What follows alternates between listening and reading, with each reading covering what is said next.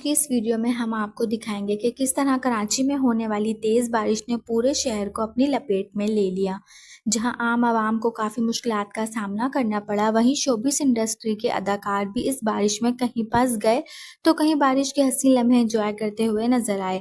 सबसे पहले बात करते हैं निदा यासिर की, जिन्होंने अपने इंस्टा स्टोरी पर मुकम्मल वीडियो शेयर की और बताया कि वो अपने बच्चों को स्कूल से लेने गई थी, लेकिन बारिश की वजह से 4 घंटे तक सड़क पर फंसी रहीं। इनकी ये वीडियो देखकर मदाह भी काफ़ी परेशान हो गए।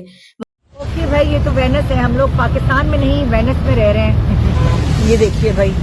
वहीं पर मुनीब भट्ट ने अपने दोस्त एहसन इकराम और मनाल खान की सुसर के साथ बारिश का खूब मजा लेते हुए वीडियो शेयर की। में बैठे हुए इन्होंने दिखाया कि पानी में गाड़ी चलाना ऐसा लग रहा है जैसे कोई समंदर में सफर कर रहा हो।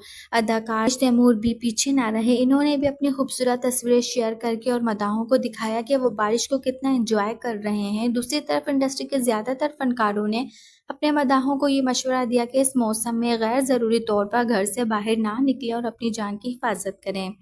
यानी एक तरफ बारिश ने ज़िंदगी को मफलूज करके रख दिया तो दूसरी तरफ हमारे सेलिब्रिटीज़ ने इस बारिश को एंटरटेनमेंट में बदल दिया।